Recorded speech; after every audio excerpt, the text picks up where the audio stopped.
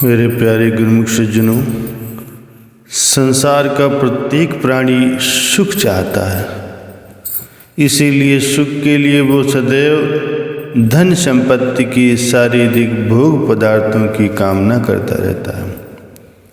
परंतु क्या उसकी कामनाएं कभी पूर्ण होती हैं?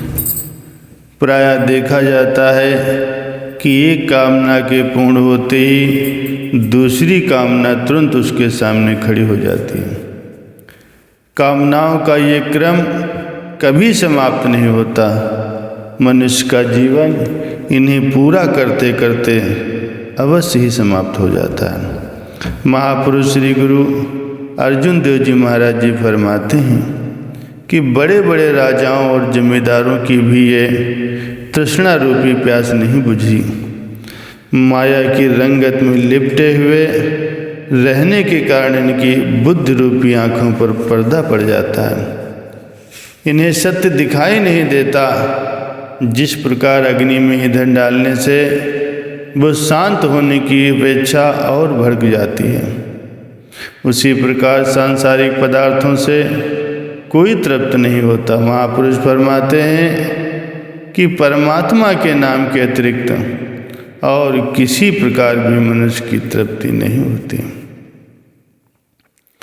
महर्षि विश्वामित्र जी कथन करते हैं कि किसी कामना की पूर्ति चाहने वाला मनुष्य यदि एक कामना पूर्ण करता है तो उसकी दूसरी नई कामना उत्पन्न होकर उसे पुनः बाण के समान बीधने लगती है। भोगों की इच्छा उपभोग के द्वारा कभी शांत नहीं होती, अपितु घी डालने से प्रज्वलित होने वाली अग्नि की भांति वो और अधिक बढ़ती जाती है।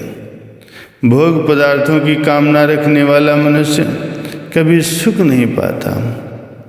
निर्धन व्यक्ति की यही कामना होती है कि यदि उसे थोड़ी सी धन संपत्ति प्राप्त हो जाए तो वह सुखी हो जाए। दिन रात परिश्रम करने के पश्चात जब उसके पास कुछ धन संपत्ति एकत्र हो जाती है तो धनवान बनने की लालसा उसके मन में उठ खड़ी होती है। धनवान बनकर वो और अधिक सुखी हो जाना चाहता है। परिणाम ये होता है कि और अधिक की कामनाओं का क्रम आरंभ हो जाता है, जो कभी समाप्त होने में नहीं आता। किसी कवि का कथन है कि जब एक हुए तो 10 होते, 10 हुए तो 100 की इच्छा है। 100 पाकर भी संतोष नहीं, अब सहस्त्र होए तो अच्छा है।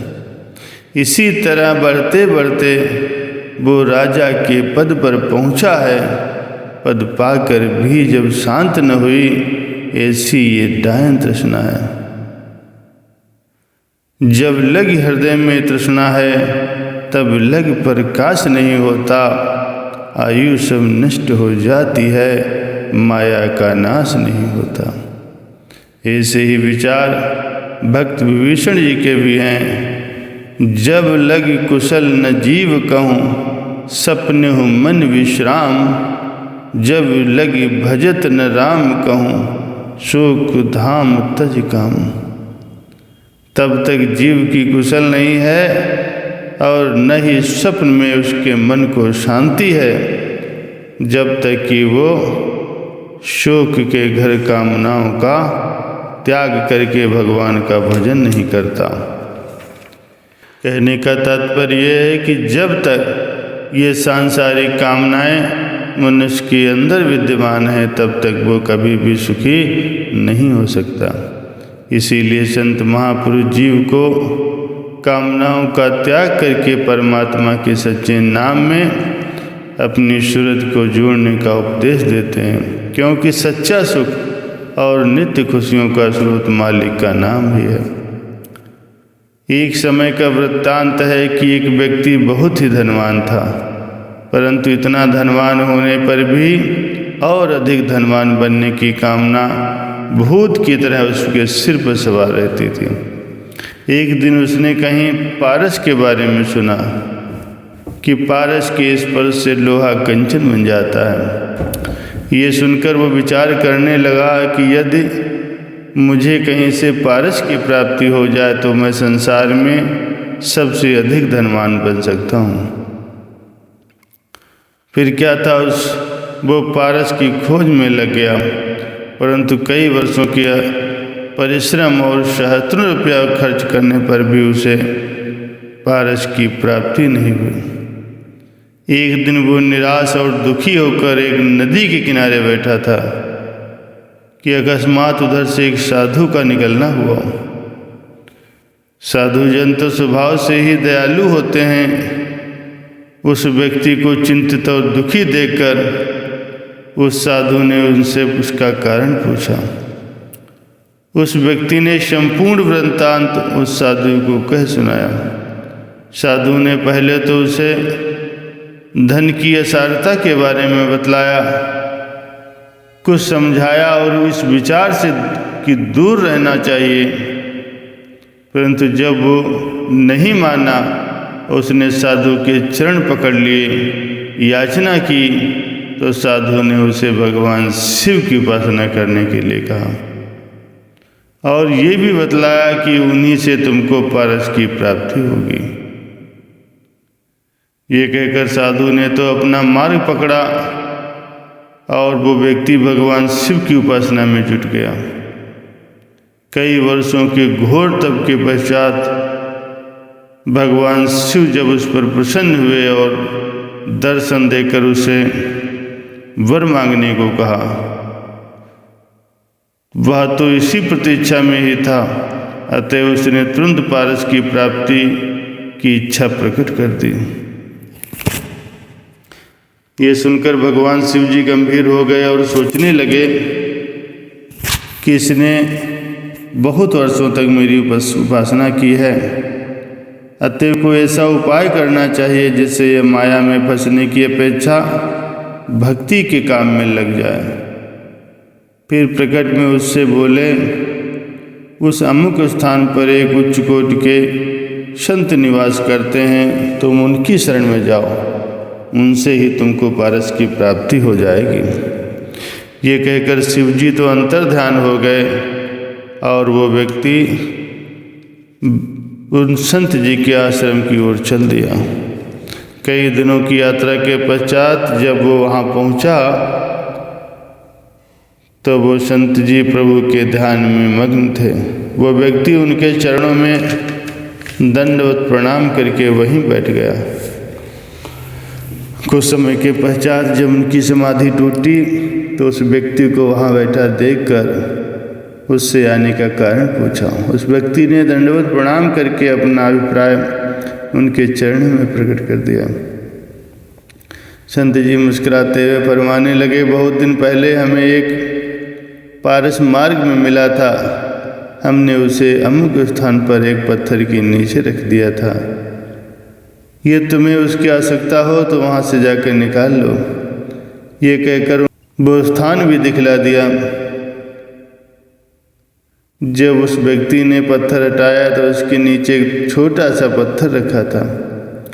उसने शीघ्रता से उसे उठा लिया और ये जांचने के लिए क्या यह वास्तव में वही पारस है, वो इधर उधर कुछ खोजने लगा।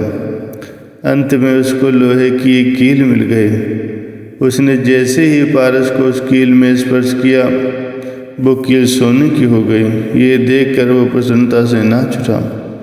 पारस को संभाल कर मन में भांत भांत की योजनाएं बनाता हुआ वो घर की ओर चल दिया। आज वह बहुत प्रसन्न था क्योंकि आज उसकी कई वर्षों की कामना पूरी हुई थी। मार्ग में चलते चलते अचानक उसके मन में ये विचार आया कि संत जी न तो मुझे जानते हैं और न ही उन्होंने मुझसे ये पूछा कि तुम कौन हो और कहाँ से आया हो, परंतु फिर भी उन्होंने मुझे यह पारस जैसी अमूल्य बेशकीमती मूल्य की वस्तु तत्काल दे दी। इसका क्या कारण हो सकता है? क्या उसके पास कोई इससे भी अधिक मूल्यवान वस्तु है? अवश्य ही उनके पास पारस से भी कोई मूल्यवान वस्तु होगी, तभी तो उन्होंने पारस प्राप्त करके भी उसे पत्थर के नीचे दबा दिया और मेरे मांगने पर एक क्षण की भी देरी नहीं की। जैसे जैसे वह इस बात पर विचार करता रहा, उसके मन में ये बात गहरी उतरती गई कि वास्तव में उनके पास पारस से भी अधिक मूल्यवान कोई वस्तु है। वो सोचकर वो संत जी के पास वापस लौट आया और उनके चरणों में सिर झुकाकर उसने अपनी शंका प्रस्तुत की। संत जी ने हंसकर उत्तर दिया, हाँ, निस्संदेह हमारे पास ऐसी अमूल्य वस्तु है जिसके सामने एक दो क्या सहस्त्रों पारस भी कोई मूल्य नहीं रखते। यदि तुम्हें उस वस्तु की आवश्यकता हो तो पारस को नदी में फेंक दूं, क्योंकि उसके पिछले संस्कारों के उदय होने का समय आ गया था और इन शुभ संस्कारों के फलस्वरूप ही उसे पूर्ण संत महापुरुषों की प्राप्ति हुई थी। अतः उसने तत्काल ही उस पारस को नदी में फेंक दिया। अब महापुरुषों ने भी उसे अधिकारी जानकर उसे अपनी कृपा दृष्टि से निहाल कर दिया, नाम भक्ति का दान देकर उसे माला माल कर दिया। बात यह है कि मालिक का नाम ही संसार में अमूल्य और सत्य वस्तु है। महापुरुषों ने उसी व्यक्ति को धनवान कहा है जिसके पास प्रभु नाम रूपी सच्चा धन है और से सारा संसार ही कंगाल है। परम संत श्री कबीर साहब जी कहते हैं, कबीर सब जग निर्धना, धनवंता नहीं कोय, धनवंता सोई जानिए, सत्य नाम धन होय। परंतु ये अनमोल पदार्थ मालिक का नाम कहाँ से प्राप्त होता है? जैसा कि उपरोक्त कथा से स्पष्ट है कि ऐसे अनमोल नाम की दात केवल समय के पूर्ण संत महापुरुषों से ही प्राप्त होती है।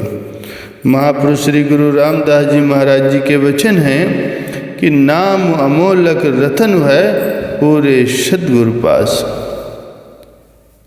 कहने का तात्पर्य यह है कि जीव यदि सच्चा सुख चाहता है तो उसे चाहिए कि वो संपूर्ण सांसारिक कामनाओं का त्याग करके समय के पूर्ण संत सद्गुरु की चरण शरण ग्रहण करे और उनसे प्रभु के नाम की प्राप्ति करे। नाम में अपनी सुरत को जोड़कर श्वास श्वास में नाम का सुमरण करे और महापुरुषों की प्रसन्नता का पात्र बने, जिससे उसका ये जीवन आत्मिक सुख, परम शांति, दिव्य आनंद और नित्य खुशियों से पूर्ण हो जाए, लोक परलोक संवर जाए और मानुष जन्म का जो लक्ष्य है वो भी पूर्ण हो जाए। बोलो जयकारा बोल मेरे श्री गुरु महाराज की जय।